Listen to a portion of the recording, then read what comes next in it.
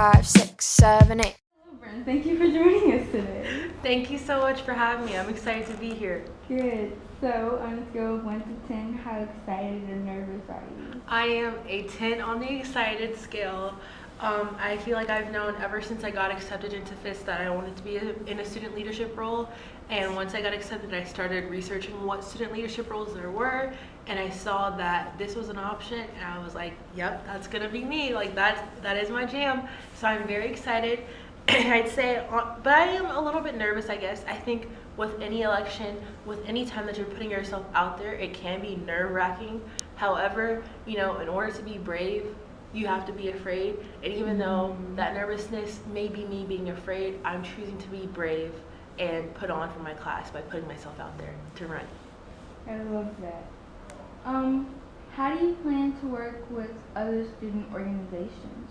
Yes, of course. So I'd say I plan to definitely network. I really plan to, and I feel like I've been trying to do this too, especially now that everybody's back on campus. But definitely networking, getting to know people, really just talking to them and getting to know them as a person before who they are and the work that they do as a title, because those are usually the best relationships, the ones where you have that personal connection to before you have that kind of work or extracurricular connection. And so I'd say I plan to work with them by getting to know them, the people in that org, really getting to know them as people and not their titles, and then definitely also researching that organization as well. I love to do research. I love to learn more about things that I am going to be doing, so I definitely also plan to see exactly what their org does and what they are able to seeing what their org does and seeing the things that their org is able to do in regards to whatever it is that I need to be done for our class as well. Because I definitely, like, for example, if there was an issue with food or something, or like maybe the freshmen didn't like the food, I wouldn't go to like a Greek organization because they're not gonna have anything to do with that. Right. So really just getting to know the proper organizations and who to go to and who the point of contact is, building that relationship, and definitely trying to host like more like bonding events too. So, speaking on that, with like student clubs, would you be interested in like making a new one? Yes! Oh my gosh, I love this question. So, ever since I got into FISC, as well as researching student government, something that I've noticed, I don't know, I can't say that I'm 100% correct in this. I'm going to say I'm like 90% correct, because I still have to ask the right people to see if they know the answer. But from what I've seen, like if you look on like the student organizations that FISC has listed, there is not a disabled student organization. And disabled people in general and the history of the world are the largest minority. Right. And disabilities cover a lot of fields, so whether that's physical disabilities, whether that's mental disabilities, whether that's developmental disabilities. I myself am proudly disabled. I am autistic and I also have ADHD. And speaking to you at home, if you have any questions about that, I am an open book. I proudly talk about my journey. You can ask me literally anything. Nothing offends me, because in order to decrease the stigma, we have to talk about it, and I love talking about it. So I just want to put that out there. But from what I've seen, FISC does not have a student disability organization, and I think that is a crucial part to, we have LEAD, which disabled students can join, but I think, and we also have obviously disabled student services, but I think having that disabled student organization would greatly help not only the disabled students of FISC, but everyone else too, because a lot of times we don't realize that accessibility benefits everyone. For example, if people are advocating for wider seats on airplanes, that benefits everyone, not just the people who need wider seats. Everyone would benefit from that, and everyone would benefit from different accessibility forms, whether that's plain language on the website or easy to click links. And so I say all that to say that I am obviously very passionate about disability justice and disability issues, but one of the student orgs that I plan to create is definitely a disabled student organization. Second, other than that, I think that another big focus that FISC has is the Tech Promise program. But also from what I've seen, I don't think we have a robotics program, and I think we need to get one. we definitely need more Black people in STEM. We need HBCUs in STEM. We need more HBCUs in FIRST, which is like the premier robotics organization in the USA. And so those are just right off the top of my head. So a disabled students organization and a robotics team, those are kind of very two different ends of the spectrum. But I put that out there to say that I definitely have plans for creating more clubs of where I see that there is a need. And with that being said, with creating these clubs, specifically like the disabled student organization that's going to help a lot of people on campus, I really hope to really connect all kinds of groups of people and in advance for the greater good. I love that. So, speaking of, you sound very, what's the word? Excited. Excited too. Definitely excited. You sound very experienced. Yes. Well, have you had any previous leadership roles? Yes, I have. So I love government, politics, law, social justice, advocacy. That is my whole shebang. That is me in 9 words, I guess. And so that's been my passion ever since. I always say that my passion is to be like my passion is like those fields, like I said. So like I also love STEM. So like STEM, history, English, law, politics, social justice, those are my passions. And my purpose in this life, as I found that if you are religious, as my purpose that I found that I believe that God has given me is to be a diplomat, a civil servant, and my purpose that I found is to be a diplomat and a civil servant and truly just an advocate for those who need help. And I say all of that to say that that has been a constant theme in my life, as I said in my speech yesterday and the kickoff on Sunday. My first inkling into student council organization started in the 3rd grade. I was 3rd grade class president at 8 years old. Then in middle school, I was not all at the same time, but I was secretary in 6th grade, treasurer in 7th grade, and vice president in 8th grade. Then in high school, I was freshman class representative in 9th grade. We didn't have any student council for 10th grade because of COVID. And then 11th grade, I was junior class president, and 12th grade, I was senior class president.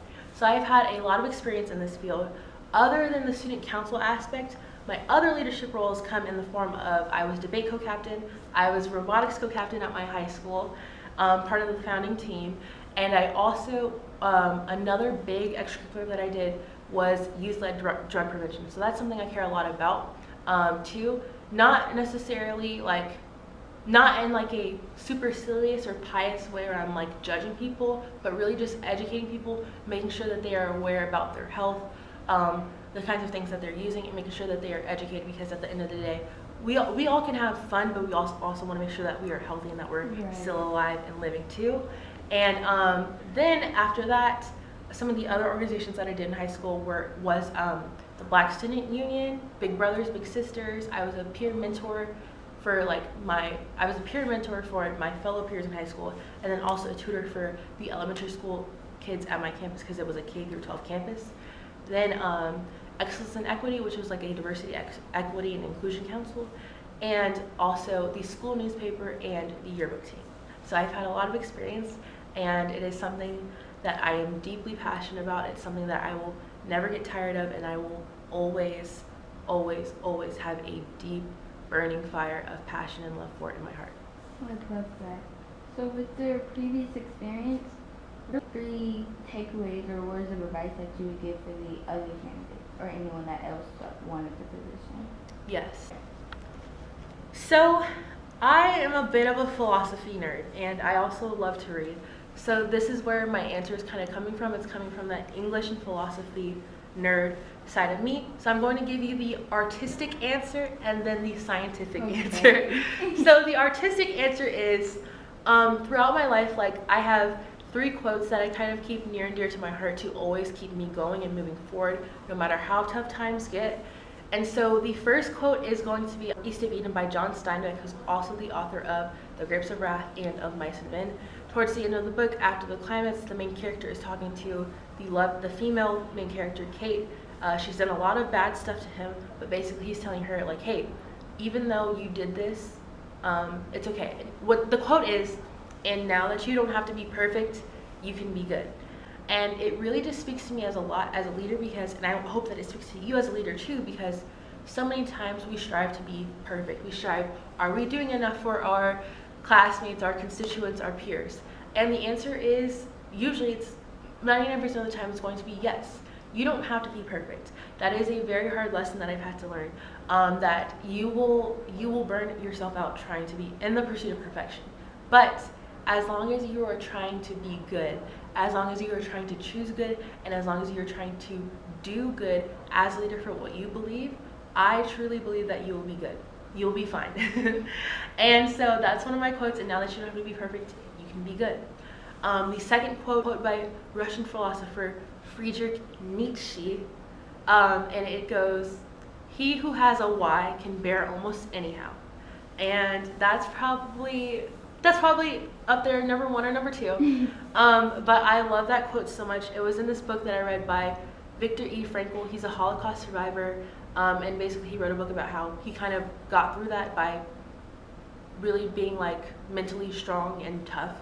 But anyways, this quote, he who has a why can bear almost anyhow, speaks a lot to me, and I hope that it can speak a lot to you, to my other candidates, and anybody else who's running for a leadership role. And because at the end of the day, you're going to face some very tough times. I have faced some very tough times where, in regards to my mental health, in regards to me not knowing that I was autistic, that I had ADHD for 16 years. I'm 19 now, and so I've only known about that part of myself for 3 years, and that was hard. And during those times when I found that quote, it really enlightened a lot for me, because once I was able to find and identify my why, everything else fell to the wayside. Every other problem, every other hardship, every other trouble not that it didn't matter, but it wasn't as huge as it was, because I knew that I had a purpose and that I had a goal. So I would say, find your why for doing this, make it your North Star, and whenever you are sad or desperate or lonely, remember your why, because you will be able to find your way back. And that leads me into my next and final quote, which is, "And in the end, it gets better. If it's not better, it's not the end." Throughout my entire life, I'm somebody who struggled with like my mental health, with like suicidal ideation, and I've come a very long way from where I once was. And I think vulnerability is definitely a strength. And I say that to say that like it's definitely shaped me into the person that I am. It's molded me as being somebody who is resilient, being very resilient, and knowing that it's not the end. Like even if I wasn't to win this election, it's not the end. There are still so many more opportunities for me to be a leader, by like founding a disability organization here on campus. There are still so many opportunities for you to be a leader too, if you ever run for something and you don't get it. And really just know that like you give yourself the purpose too, and no matter how hard it is, no matter if you hit rock bottom and then you find out that rock bottom has a basement, in the end, it gets better. If it's not better, it's not the end. I love that. So my one final question for you. Besides yourself, of course, who would you vote to be our class president? Yes. I know for a fact that all of my fellow candidates are strong, beautiful Black queens, and any of us are going to be dedicated to our class.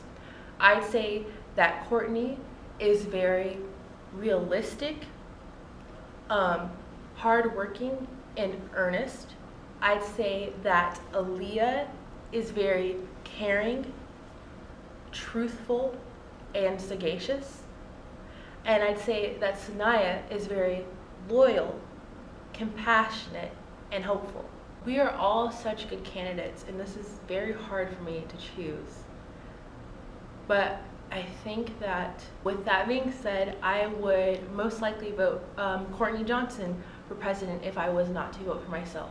I see a lot of myself in Courtney. She also reminds me of a lot of people she reminds me of one of my good friends from back in high school too. And she was a very good leader as well. We worked very well together.